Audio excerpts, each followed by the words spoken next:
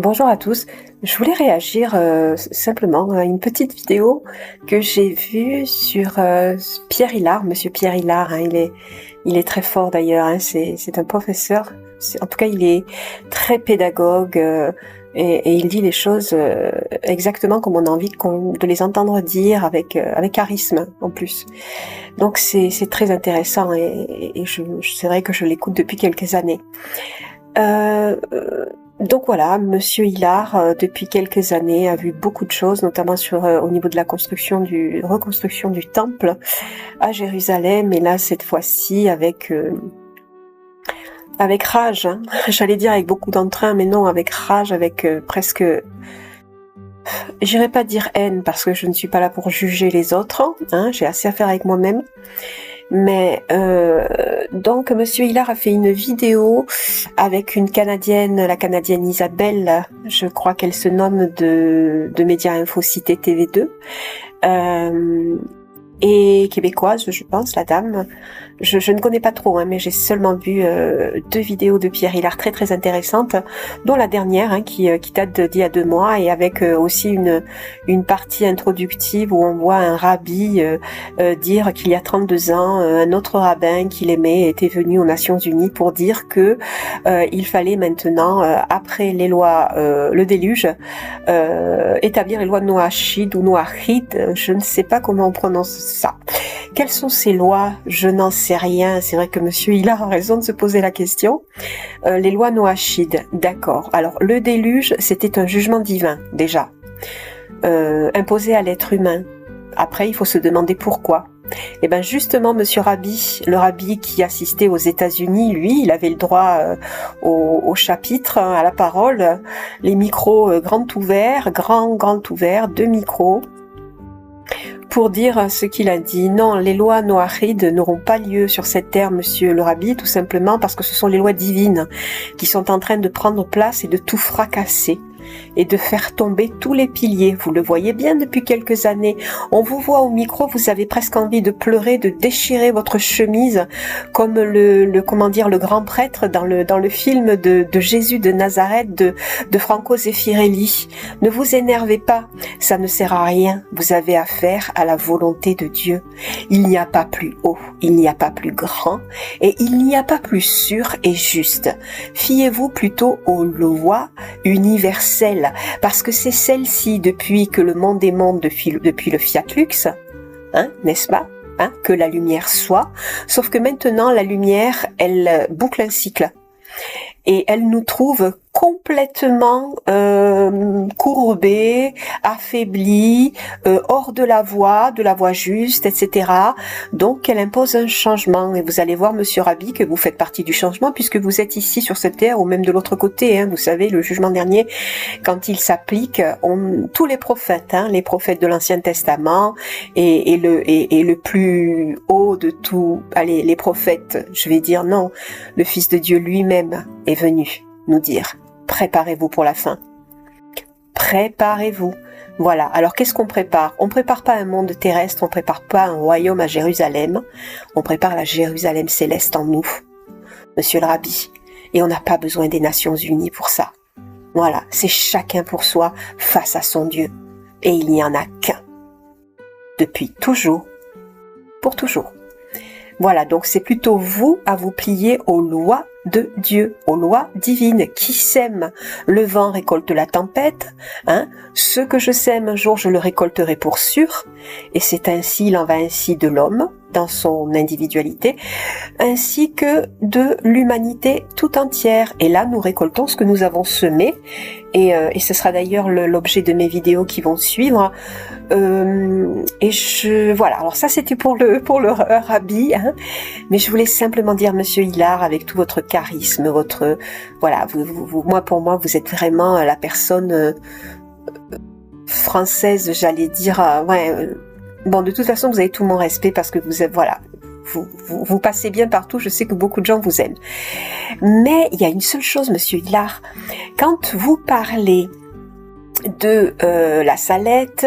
Quand vous parlez de Fatima, vous avez tout à fait raison. Hein. Fatima, il a été donné un instant à l'humanité de voir ce que allait produire l'étoile du Fils de l'homme quand elle arriverait en son temps, durant la fin du cycle.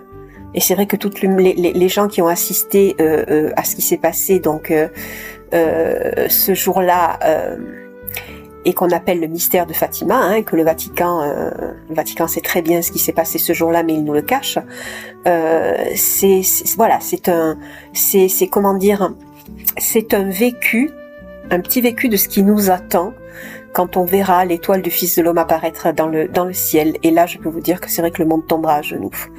Parce que c'est comme ça. Le cycle a commencé avec le Fiat Lux et se terminera avec lui, par lui. Et ça, j'en parlerai aussi, je le développerai dans mes vidéos. Mais Monsieur Hilar, pourquoi ne parlez-vous pas du Paraclet?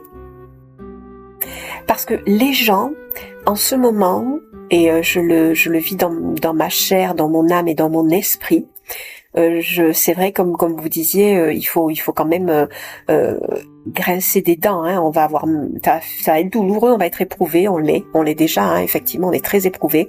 On va être raffermi dans notre foi, mais par beaucoup de souffrance. Hein, faut pas se leurrer. Hein, parce que malheureusement, jusqu'à présent, on n'a pas compris autrement. L'amour, on l'a rejeté. On l'a mis sous une croix. Pour moi, ça a été un assassinat. Il n'y a pas de Dieu envoie son fils, pas pour qu'on le mette sur une croix, pour qu'on écoute ses paroles, pour qu'on écoute son enseignement, pour qu'on sache qui il est, d'où il vient, et remercier Dieu pour ce sacrifice-là. Envoyer la lumière même dans les ténèbres, c'est un grand sacrifice.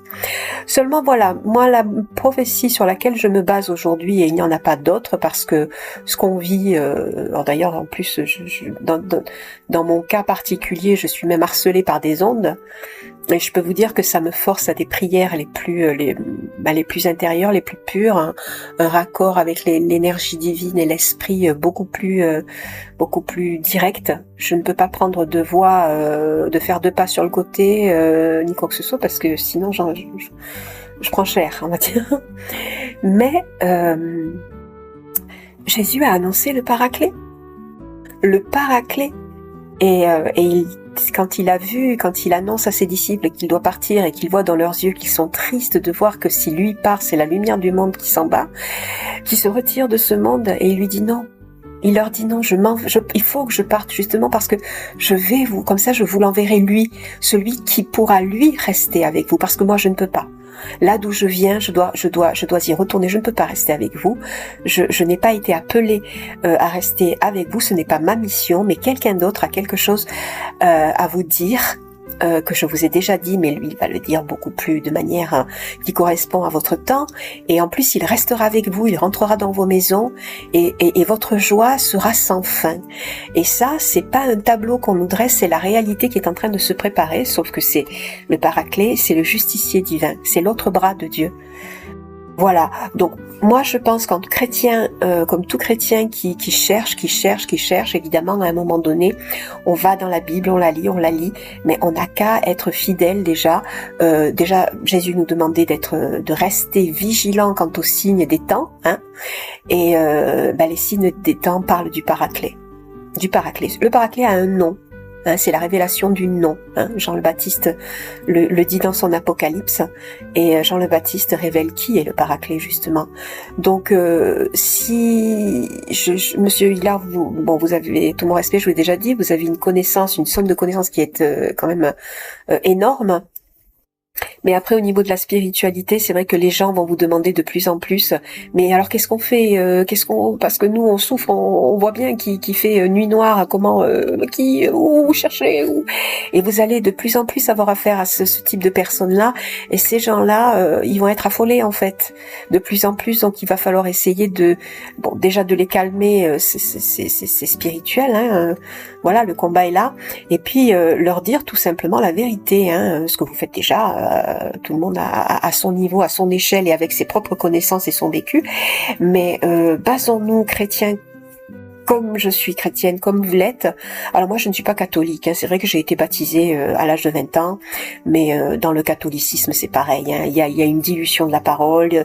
Non, non, là, je peux vous dire que quand ne serait-ce que le vécu que j'ai des ondes, non, non, c'est l'esprit qui se met en prière pour se dégager un maximum d'énergie, de force autour de lui et de lumière pour s'opposer aux champs magnétiques, aux ténèbres qui vous veulent du mal, en fait. Et là, il n'y a plus de religion qui existe. Il n'y a plus rien. Les religions sont tombées. Tous les piliers tombent. C'est vous face à la lumière. Le petit être humain, esprit face à la lumière. Esprit, spiritualité. On est d'accord. Donc, ce que je voulais juste, faire cette petite précision. Les gens vont venir. Je pense que c'est vrai qu'il y a eu la salette. C'est vrai que la lumière n'a cessé de nous parler. Et le Fils de Dieu lui-même est venu. On l'a mis sur une croix. Oh là là, le Fils de Dieu, c'est-à-dire Dieu fait chair. Une partie de Dieu qui est venue ici dans ce monde, on l'a mis sur une croix. Faut quand même aussi se réveiller à un moment donné et accepter déjà ça. Et ça se fera dans les douleurs de toute façon, parce qu'à un moment donné, on va se poser des questions, mais qu'est-ce qui se passe? Et il y a aussi un karma aussi de l'humanité.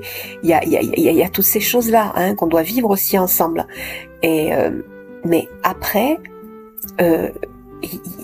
ouvrons-nous à cette prophétie du Fils de Dieu lui-même quand il parlait d'un autre.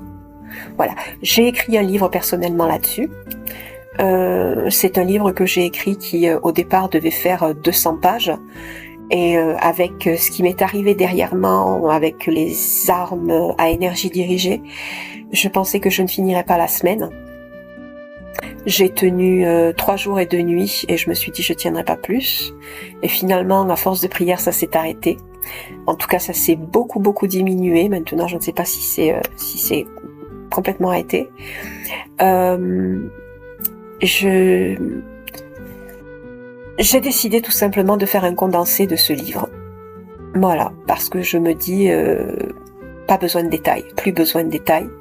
Il faut aller dans du concret, du vif, et maintenant aussi aux autres de faire la démarche de vouloir comprendre, hein, de vouloir s'investir aussi, parce que spirituellement, tout le monde en a besoin. On ne peut pas amener la connaissance sur un plateau. La connaissance, Jésus nous l'a apportée une fois. Qu'est-ce qu'on en a fait? D'ailleurs, j'entends souvent sur les vidéos YouTube ou ailleurs, enfin, les gens dire, même dehors, hein, oh mais qui va nous sauver? Qui va nous sauver? On n'a pas besoin de sauveur. Le sauveur, c'est nous. Non, le sauveur, il est déjà venu. Il est déjà venu. Qu'est-ce qu'on en a fait? Comment se fait-il que des religions ont persisté après lui? Alors qu'il a apporté la parole de vérité, la lumière du monde. Donc voilà, on n'a pas fait le travail. Et ben le travail aujourd'hui, ça y est, c'est à la dernière minute. Donc la dernière minute, ça va être difficile. Hein. Il y a du rattrapage, faut se mettre en phase avec la force qui arrive, comme un mur qui est en train de tout écraser. Les lois de la nature reprend sa place, etc. Ça prendra le temps qu'il faut, mais c'est certain que ça ne sera même pas déplacé d'une petite virgule, tout ce qui doit se faire. Mais non, voilà, moi c'est tout cette petite vidéo simplement pour dire